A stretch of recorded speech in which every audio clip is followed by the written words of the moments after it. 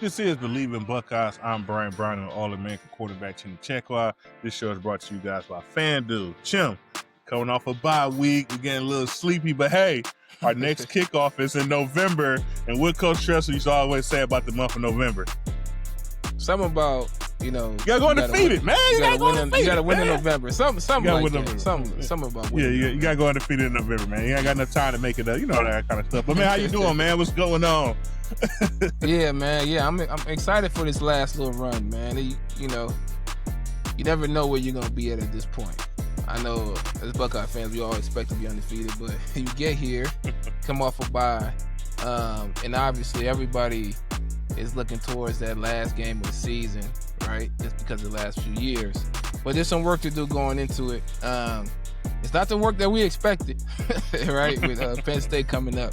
But, they still got some work to do. The interesting thing about bye weeks, though, is you get an opportunity to look back and assess and self-scout and try to kind of identify what are we doing well, where are we struggling, where do we need to improve, and where do we need to lean into, and kind of also see where you stack up against the rest of the league. So I think, I spent some time kind of looking at, this team and kind of seeing, where does Ohio State stack up, and where are some of these other top 10 teams, AP poll type top 10 teams stack up versus Ohio State and others. No, that makes sense. I mean, that's what you're supposed to do, right? We had one about a week early in the year, right? Obviously, we got there undefeated. We're like, yeah, we got some things we need to work on, and I don't recall exactly what was Coach Day's takeaway on things we need to work on, but you could imagine it was running the ball. Personnel with running the ball, right? We kind of had a little bit of debate back then about who was going to be RB1. Red zone, still a topic. And essentially, I feel like those was the top things. Going into this bye week, still a little bit some stuff there to kind of consider and how we go about running the ball and what situations. And then still, once again, I think the red zone is still something we feel like we need to kind of sharpen up on. But I know you had a chance and you sent it to me, so I had a chance to kind of review it. Shout out to what is this, J. Bud Davis, who's I guess he's a college statistics guy. He got all the stats, and he's able to kind of put it in a way that makes it simple for someone who wanted to dive into the information and kind of pull out information from it from there. So he did a great job of breaking down offensively what personnel we're in, what are we facing in these personnel, what are we doing against the run, what are we doing against the pass, and how we're attacking the certain situations. Chim, it's a bunch of stats. Like I say, we could put it on our page if we wanted to kind of show it out. But looking at those statistics, anything stick out to you? Was anything surprising that kind of what told you a little bit more about our Ohio State team that maybe you didn't really consider when just watching the games live? Yeah, I think it's probably no surprise really to not just those who've been paying attention, but Buckeye fans in general, that Ohio State has had more of the tight end personnel, like more tight ends, less receiver type personnel. When you look at the statistics that he laid out, you see that compared to the rest of college football, Ohio State comes out there with 2 tight ends more so than others, right? So 11 personnel, 12 personnel, 12 personnel is 2 tight ends, 11 personnel is 1 tight end, 3 receivers. And they have a little bit less 11 personnel and a little bit more 12. And to me, I wouldn't say it's surprising. It makes sense in terms of, throughout off-season, training camp, etc. There's been a lot of talk about the tight end group. And then if you start thinking about who's the best 11 guys, because you want to put your best players on the field as much as possible. But if you say who's the best 11 guys, who gives Ohio State the most versatility to be able to support run, pass, etc. You have a guy like Max Clear, and then you got Will Kazmarek as well as at tight end, which gives you some options in terms of running the ball, throwing the ball to the tight ends.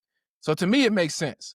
And when I'm looking at it from a defensive perspective, if you are successful in running the ball, or if that element is being utilized, you force the defense to have to, stack the box, try to stop the run, and it gives those opportunities for probably two of the best players in the country at receiver to get one-on-ones and get space to be able to operate. So I wouldn't say it's a surprise, but it is to me a little bit different than past. Well, it's different than most of college football, but it's also different than kind of past Ryan Day offenses, and you got a wide receiver coach, former wide receiver who's offensive coordinator as well. So they have more tight ends and less receivers. It could be a little surprising there. Yeah, no, I think it's definitely surprising, but I think you explain it, pretty well. That you want to play your best 11. So if Will and Max going out there kind of gives you a wrinkle, gives you something, give the defense something to think about. Because once again, obviously, if we're out there with 12 personnel the most, if you look at statistically, what defense do we get the most? We get a heavy box. I mean, we're getting 7, 8 guys in the box, and that kind of gives us the option, like you say, for space outside for one. And then two, another thing that you see that Hartline loves running with Julian saying is RPOs, right? Yeah. He'd like to show play action, show the ball to the running back, read the defense live at the snap, and then make a decision where the ball should go from there. And the way Julian saying plays the game and how precise he is and making those decisions, he's doing a fantastic, great job. But it's just kind of like you say, it's just much different than what we've seen this even last year at Ohio State when you had Emeka Ibuka in that slot position, and essentially he really didn't come off the field, right? Right. And then you was able to kind of play him in the box. We see him making blocks time in throughout the season, blocking linebackers, getting pancakes, slicing in there, picking up safety, things of that nature. He was able to do that.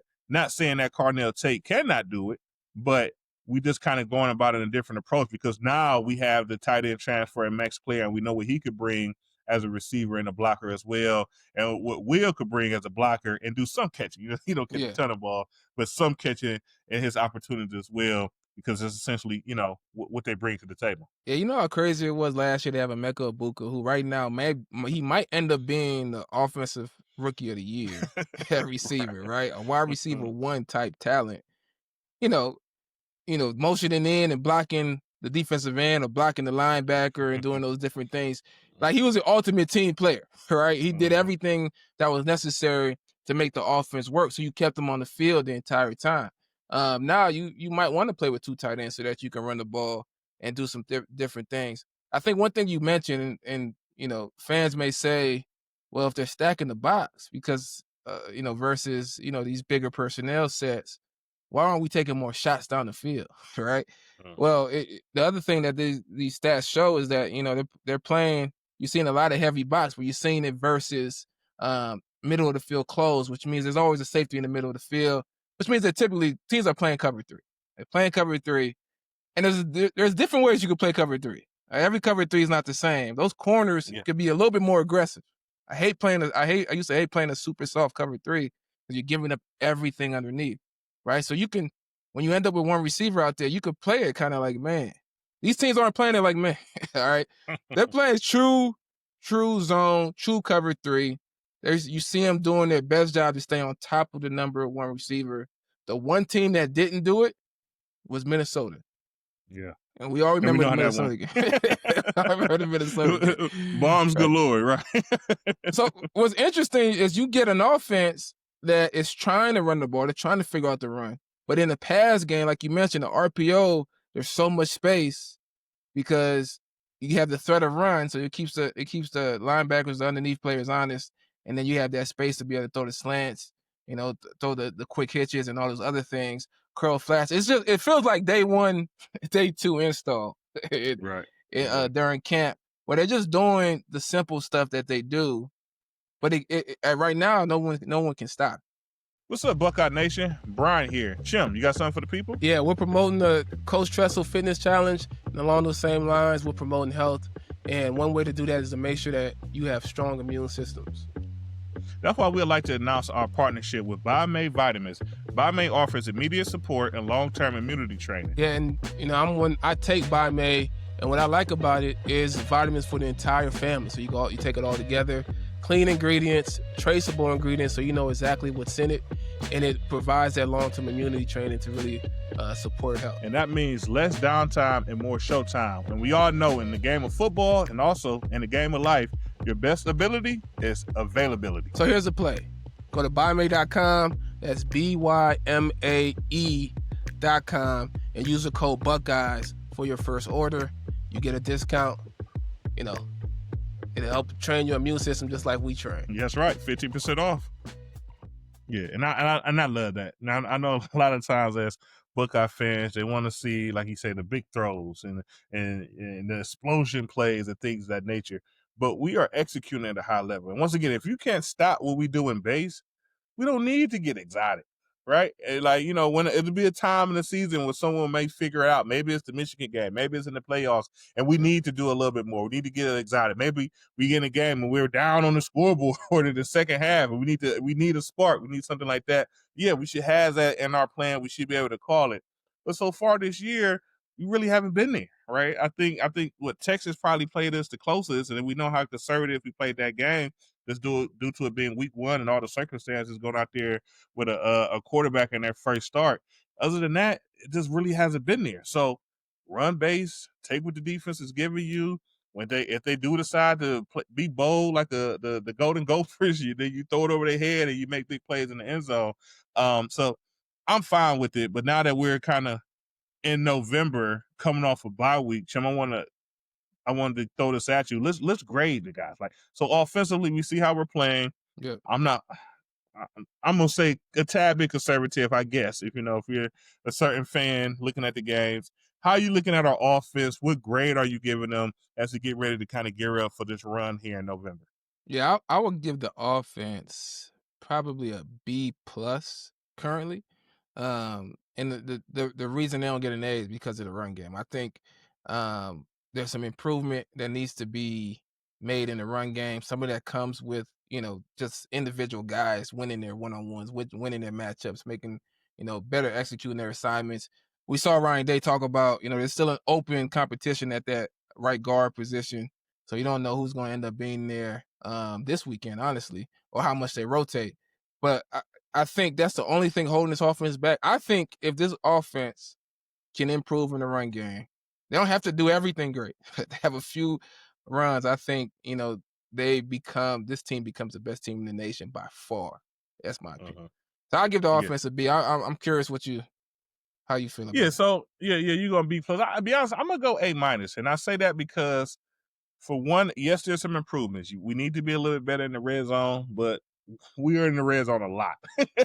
And the way we're kind of calling our plays, obviously we're slowing the game down. If you look at our national rank on the number of plays offensively we call, we're towards the back end of the nation on in that category, because once again, that's how we decide to play that game. So it gives us less possessions, but with those possessions, I feel like we do a great job at maximizing them.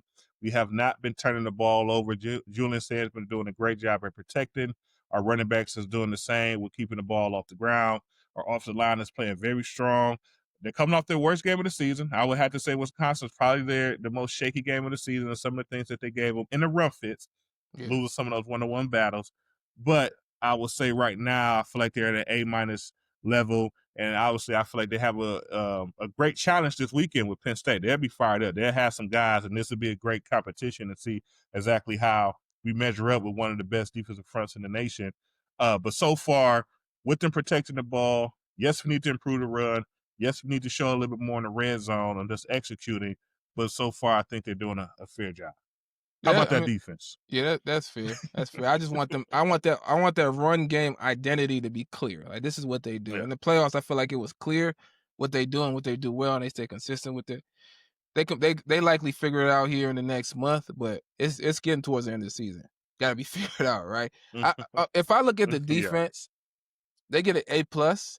They get an A plus. I mean, there's not much else to say there. I think the way Patricia has been able to install what I think is a very sophisticated but simple defense. Everybody seems like they're playing fast. Nobody seems confused. I see them talking on the field pre-snap, and I see them executing post-snap. And it seems like the offense is the only the only one who's confused on that field. So I give the defense A plus, and I'm excited about what else they have. Post bye week going towards the end of the season. How about you? Yep. A plus. I mean, what can you say bad about the? Honestly, like if you're being hypercritical, I could say at certain points in the game, I would like to see maybe our defensive end win a little bit more on the Yeah, edge. I And if agree. I'm just being really, critical of the defense, but other than that, I mean, the stats are there, the numbers are there. You watch them; they're just a solid bunch. And obviously, like I said, I want them to win on the edge, but sometimes you kind of understand that they want them to kind of play through the offensive lineman because I feel like they kind of want them to be thinking stop run first, and that's what you get. So yeah, so this will be a task, right? Once again, Penn State up this week. We know they had 2 running backs that probably could have made it be playing on Sundays. They got those guys to come back. And with the injury at quarterback, they're coming to run the ball against our defense. So this would be a good task to kind of show some of that. Hey, maybe we're not on the edge. Maybe we're playing a little bit heavier because, hey, we're going to stop the run and not let these guys get going. So, A plus. Special teams, Shem. What you got special teams? Wow, what you think? I don't want to be too emotional when I make. So I need to clear my mind a little bit because I think it's kind of a little bit of a knee jerk reaction. Nah, man, give him the grade, man. I'm giving special teams a D, man. It's a D. Okay, I give them a D. I don't know if they actually deserve a D, but because the offense and the defense are where they're at, my thought is what were we doing special teams wise all off season? Like, were they playing cornhole? were they going in for practice early and playing cornhole and playing pool and all that stuff, man? Like, the last few years, those losses to Michigan, I know a lot of times we blame the offense. A lot of times we blame the defense. But we've lost this game on special teams over and over and over again. A few special teams plays has set Michigan up to win these games, and they got to get their fair share of the blame. And right now, I think they're way behind schedule in comparison to the other areas out there. So, yeah, I'm giving them a D right now. Man, you harsh, man. I was gonna give him a C, man. You tearing those guys down, but no, I hear you there, though. I mean, and we talk about the special teams, and obviously it matters. It's a 3-phase game. You want to be a champion? It's a 3-phase game. Obviously, our run last year, and to be national champions, I feel like I don't remember really any special team plays, right? So I guess they matched. They at least it was even. But when I start thinking about special teams this season, it's like fielding, our field goal kicker, right? I think this is at least his second year being a starter, maybe his third year. Like he just need to be more consistent, right? We never get to a spot on the field and they're like, okay, we're at least going to get 3 here. If it's a 30-yarder, if it's a 40-yarder, we see him attempt a 50-yarder. I didn't even know he kicked the ball that far. He did a great attempt. I think it was a 53-yard attempt. Great leg, he had the distance, but he missed it. And then, he come back in next week, he hit a 30-yard something plus, he come right back and have one from the exact same distance, and he misses. So to me, he has the ability. He's capable, but he just, wherever it takes, for specialists, I know it's a lot of mental when it comes down to it.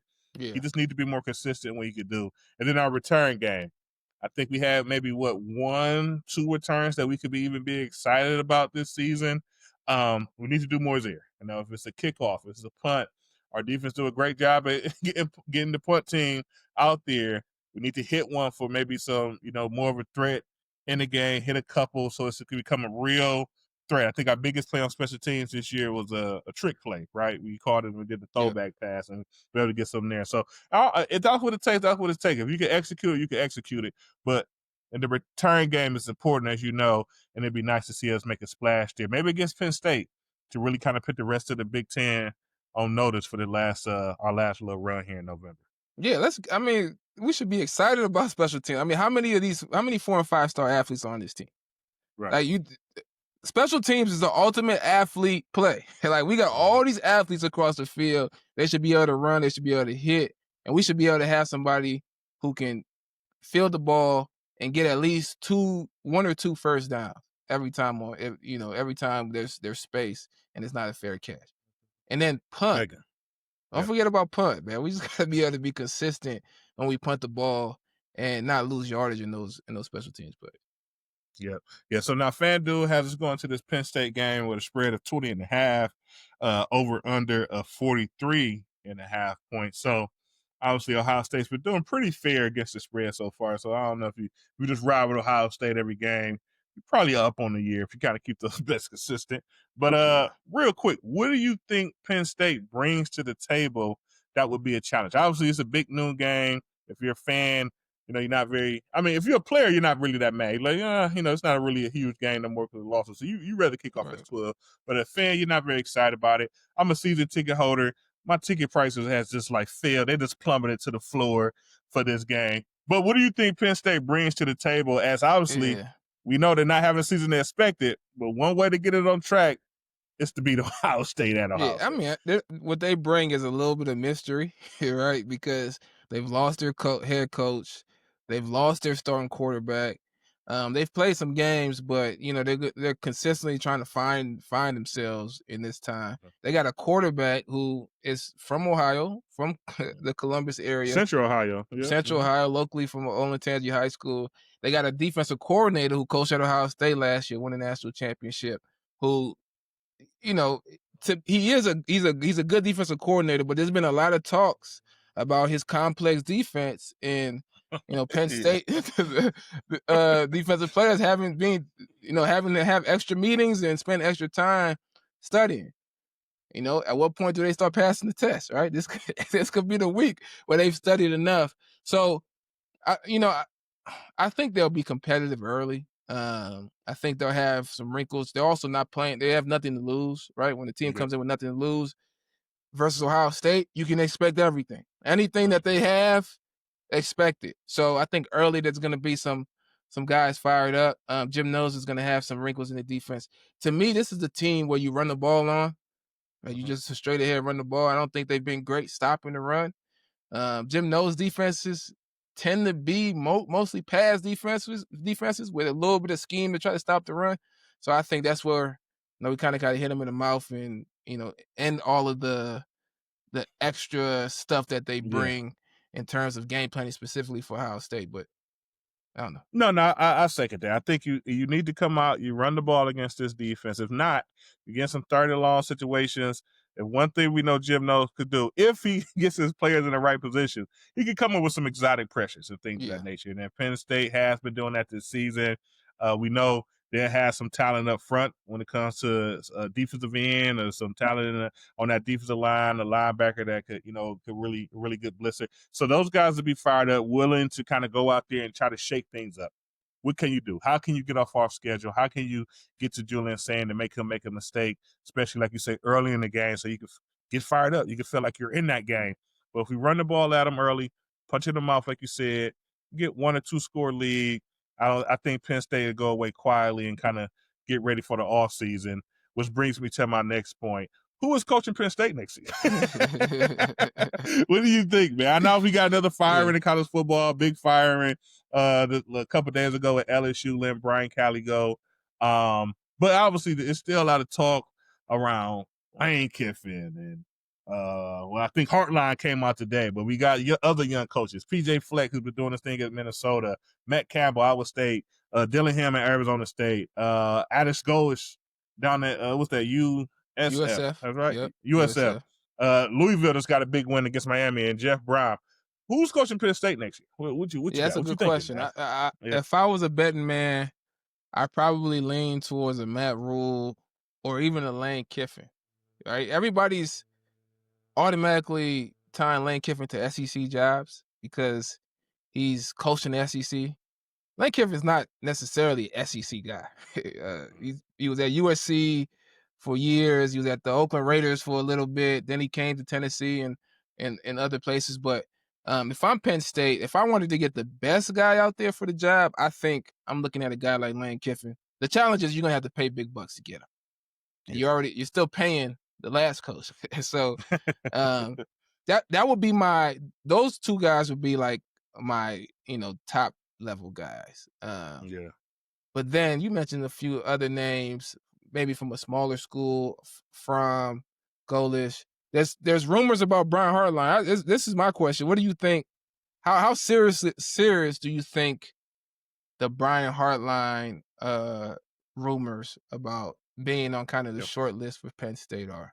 Yeah, I think it's definitely a serious thing here. So first off, you start thinking about these college coaches and how much they get paid, right? They said this rumored, but Florida might have offered Lane Kiffin somewhere around the $13 million range to come in and coach, which is like That's like $1 million more. I think the highest paid coach right now is Georgia's coach.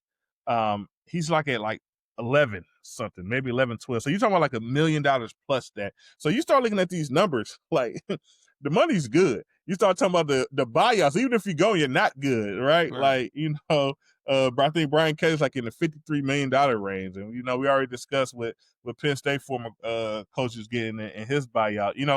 The money's good. So if you're a coordinator and you're been successful, right? He's been a very successful recruiter. Everyone knows the talent he's just brought into the receiver room. And now in his first year, second year or so as the offensive coordinator, you have a lot of success there as well. Teams are going to be knocking at your door. And then if you're looking at I'm gonna say a budget pick, because if you start looking at Kiffin in the $13 million range, like you could get a Hartline for less. You could get him for $6-7 million a year, which would be obviously a huge pay raise for him. And he gets to go and lead his program. Now, do he wants to leave Ohio State? Obviously, probably not, right? He's a Buckeye. He's from Ohio. He's a Buckeye. He's been coaching here forever. Whoa, but whoa. The money's if I'm the Brian money, Hartline, listen, and I don't know, I don't know. There's the heart part of it, right? He started at Ohio State. He played here. He started coaching here. Now he's offensive coordinator here, and it feels like he'll be here forever. But the reality is, for you to ever get a head coaching job at Ohio State, you either got to be the offensive coordinator for 10 years, or you got to go lead another major program at some level. Right? I know Tressel came from Youngstown State, but he was a head coach leading a program. And I feel like those days are over, making that type of jump. If I'm Hartline, Marcus Freeman's already at Notre Dame. Yeah. Right? Lou Fickle's not doing very well, but he's at Wisconsin. He could turn things around if they stick with him. You got Eddie George, who's already at Bowling Green. Like, the race to be the next Ohio State head coach, to me, is on. And if I'm Hartline and I get an offer from Penn State, if the situation is right, if I feel comfortable about my ability to recruit, if I feel comfortable about the money they're going to invest in the program and bring guys in, and if I want to someday be a head coach at Ohio State, to me, it would make sense. Because Penn State is really a high-level job. You skipped a lot of steps. Steps if you go from offensive coordinator, receiver coach, offensive coordinator, and then immediately to Penn State. And if you have success there, similar to Freeman, I think Marcus Freeman took a big jump from coordinator to head coach to now he's the legit head coach. Like, any other school would love to have Marcus Freeman because he's got that experience. So I don't know, man. That's a tough no. Because you say no now, there's no guarantee. I mean, it's possible, but there's no guarantee that type of job comes back around. So, yeah, and obviously there's rumors. We don't know if they offer him or not, if he's on that big board or not. But that's what kind of the talk is. But it makes sense. Like, if you look at his, what Penn State always need, a wide receiver. they've been loaning for a wide receiver for several years now. We know if one thing he's going to bring to the table is a 5-star wide receiver. When you talk about Brian Hartline, and obviously we got Matt Patricia and his success and his history and all the things he got as well. So I don't know, it's a lot of names to kind of throw in that mix. It'd be interesting to see how things land. But that's pretty much it for us today, man. We got like we say, Penn State this weekend, big noon kickoff. Quick news on Michigan. Looks like they're no longer contesting their punishment, so they'll play. I don't know, pay some money or something and go on about life. Whatever. We'll see them here in a handful of weeks, but we got to take care of business first this Saturday when it comes to the Nittany Lions coming in to kind of try to ruin our season like their season kind of has been disappointing. But, Chim, we're going to wrap this up. As always, follow us on all platforms, YouTube, Spotify, Apple. Leave us comments, ask questions. We love to kind of interact with you guys as we kind of get ready for this push here in November. We're going to end this show as always with a nice OH. Yo. Go Bucks.